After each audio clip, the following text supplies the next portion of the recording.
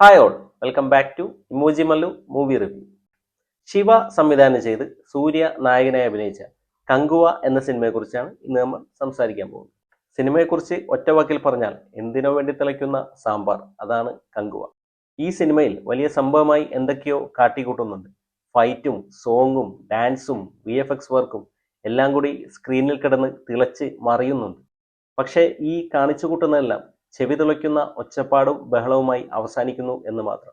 ഒരു സമയത്ത് പോലും പ്രേക്ഷകന് ഒരു ഇമോഷണൽ കണക്ട് ഈ സിനിമയിൽ നിന്നും ലഭിക്കുന്നില്ല എന്ന് തന്നെയാണ് സത്യം. 2024 ഗോവയിലാണ് സിനിമയുടെ കഥ തുടങ്ങുന്നത്. പോലീസിനെ സഹായിച്ച് ജീവിക്കുന്ന നായകനായ ഫ്രാൻസിസിനെ പറ്റിച്ച് ജീവിക്കുന്ന നായിക, അങ്ങനെ ഇവരും ഇവരുടെ ഫ്രണ്ട്സും എല്ലാവരും ചേർന്ന് ആദ്യത്തെ അരമണിക്കൂർ നന്നായി വെറുപ്പിച്ചിട്ടുണ്ട്. പെട്ടെന്ന് എവിടെ നിന്നോ ഒരു പയ്യൻ സിനിമയിലേക്ക് കയറി വരുന്നു. സിനിമ അതാ നേരെ 1070 പോകുന്നു. അവിടെ ഇതാ നമ്മുടെ നായകൻ കങ്കുവ.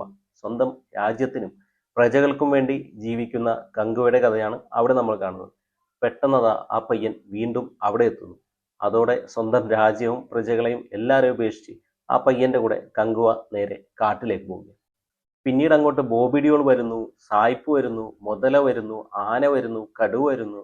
ആരൊക്കെ വന്നിട്ടെന്താ, ശിവയല്ലേ സംവിധാനം. വെള്ളത്തിൽ വരച്ച വര പോലെ ഒരു ഗുണമില്ലാതെ പോയി. പെർഫോമൻസിലേക്ക് വന്നാൽ കുറച്ച് ഒച്ചപ്പാടും ബഹളവും ഉണ്ടെങ്കിലും കങ്കുവ എന്ന ക്യാരക്ടർ വളരെ നീറ്റായിട്ട് തന്നെ സൂര്യ അവതരിപ്പിച്ചപ്പോൾ ഫ്രാൻസിസ് എന്ന കഥാപാത്രം വെറുപ്പിച്ച് കൈ തന്നിട്ടുണ്ട്. സിനിമയിൽ ബാക്കിയുള്ള ക്യാരക്ടേഴ്സ് എല്ലാം പ്രേക്ഷകനെ എങ്ങനെ വെറുപ്പിക്കാം എന്നതിൽ മത്സരം തന്നെയായിരുന്നു. അതിൽ വിജയിച്ചത് നമ്മുടെ ആ പയ്യനും. അവസാനം വരുന്ന ക്യാമിയോ റോളും ഒട്ടും ഇംപ്രസീവായി തോന്നിയില്ല. ഒരു ഫോഴ്സ്ഡ് പരിപാടിയായിട്ടാണ് അനുഭവപ്പെട്ടത്.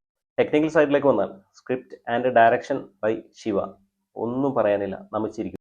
ദേവി പ്രസാദിന്റെ മ്യൂസിക് വളരെ ലൗഡായിരുന്നെങ്കിൽ ചില സോങ്സും BGMഉം പ്രത്യേകം ഇഷ്ടപ്പെട്ടു.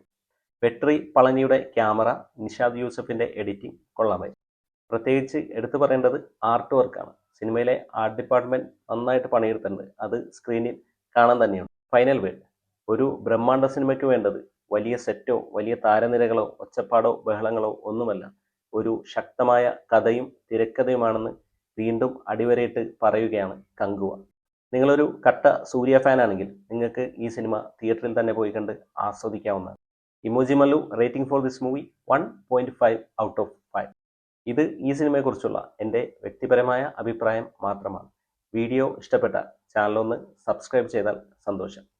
പുതിയൊരു വീഡിയോയുമായി വീണ്ടും കാണാം. ബൈ.